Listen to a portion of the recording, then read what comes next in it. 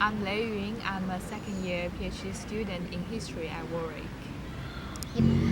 So, um, how did you experience and understand racism in your daily life before the COVID-19? Because we know that because of the pandemic, there are a lot of racism against East Asians because of this issue, and because the media is trying to blame China at the very beginning of the pandemic. Yeah. But before that, do you experience any sort of racist experience? I think before that, I only experienced like some stereotypes and not that overt discriminations. Like people would ask you, do Chinese people eat dogs? Or like they will assume you be like hardworking in your studies and you cannot speak English very well. And if you can speak English well, and they'll say, "Oh wow, your English is so good," and I was like, and it's just kind of compliment, but you might feel uncomfortable with that because they assume you cannot do that very well, and just some small things, but not that violent. So, would you like to talk about how did the COVID-19 affect your life in the past half year? Were there any changes or incidents in your life that made you reflect the issue of racism? I think just so much stress and pressure and just mental issues. Like you hear those news and how many people actually died in China, but still you can see people in the West, they were blaming you, and regardless how many people lost their lives, and they suffered from the loss of their family, but many people here, they showed no sympathy, and even attacked you sometimes, and you were so worried about wearing masks because you knew it's necessary to do so, but people couldn't understand you because you knew like it happened in many places, like in Italy or Germany and US. People were even hit by some random people because of their wearing masks. So we talked about this, and we thought we must do something to do just to deliver the opinions we actually have, and to maybe change the public's opinion, not just face masks, but also the opinions with Chinese people. So do you think the face masks issue is very politicized? Because I remember sharing the information from the beginning of January, like the end of January. I shared this information saying like, you guys please protect yourself, because I know like these things are happening in China, and everybody was saying you should start to wear masks. But when I share this information within the chat group with my housemate and with my friends, especially people from countries that already have issues with China, say like USA or Canada, and these group of kind of friends or housemates from this kind of background, they will say no, we don't wear masks, we don't have this tradition, this is Chinese tradition, this is not, we Westerners will never wear masks. So would you like to address some issue? I think it definitely be politicalized, that it's a like Asian way to do that. It's actually no scientific evidence of it, but like even now, there are still many people who believe that face mask is useless, regardless of very solid evidence of that. So I think like especially Trump, you can see him as a very good example of how politicians use that against Chinese people or East Asian countries, and to establish themselves as like a superior country or civilization. they know that face mask cannot protect you. Mm-hmm. And yeah, it's just really bad because it can differentiate themselves from you and as an excuse to attack you, to blame you. That Yes.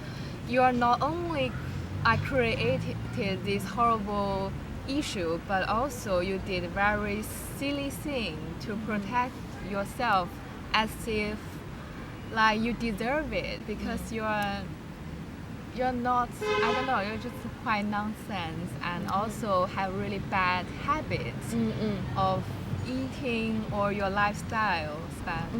So, what kind of actions did you and your team member take for the campaign, the Chinese against racist virus? What did you take these? Why did you take these actions? I remember in early February because we realized that many people around us they had very personal experiences about racism that they encountered. So we organized a workshop to create a safe space for people to share their experience, and I also introduced some historical background about how the discriminations against Chinese food and our eating habits would like, and how this lead to that contemporary image of Chinese people. So I also did that presentation, and after that we had a discussion on how could we start a campaign or protest to just to share our experience and to deliver the message that you should not discriminate against us during this difficult time. So after that, we created some logos and posters, and so we went to Trafalgar Square, and we did a public protest to deliver our opinions, and we also shared all those information and all the images and posters we created online, both on Facebook and Instagram, and then and we also did a project called Wuhan Stories, that we translated some individual stories of people living in Wuhan to let people know what actually people were experiencing during that time, not just like dehumanized images the media just delivered. So yeah, we did many things, but after the lockdown we couldn't go outside or meet in person, and we were also very stressed to adapt ourselves to the lockdown period. So we didn't do much after lockdown. What were the main challenges that you and your team members encountered? I think like we were all very new to those kind of social movement. I think none of us actually took part in the social movement before, and we were all like very first timer, and we actually had to consult with some people in UK that they had organized some groups to against racism or other issues, and we have to consult them. And also because this pandemic, we were very worried, like if we go outside, then what if we get infected? Because you just don't know if people around you actually are infected. So there are lots of things you have to consider, and even on the logo designing, we have lots of disagreements, like what kind of image can best represent our opinions or our identity. Like, shall we just say like Chinese or East Asian or Southeast Asian, because this this racism was not just to Chinese, because many people actually, you just look like a Chinese, then you would be like the target. Who were the major audience that you want to talk to, and how did people react to your actions or cause?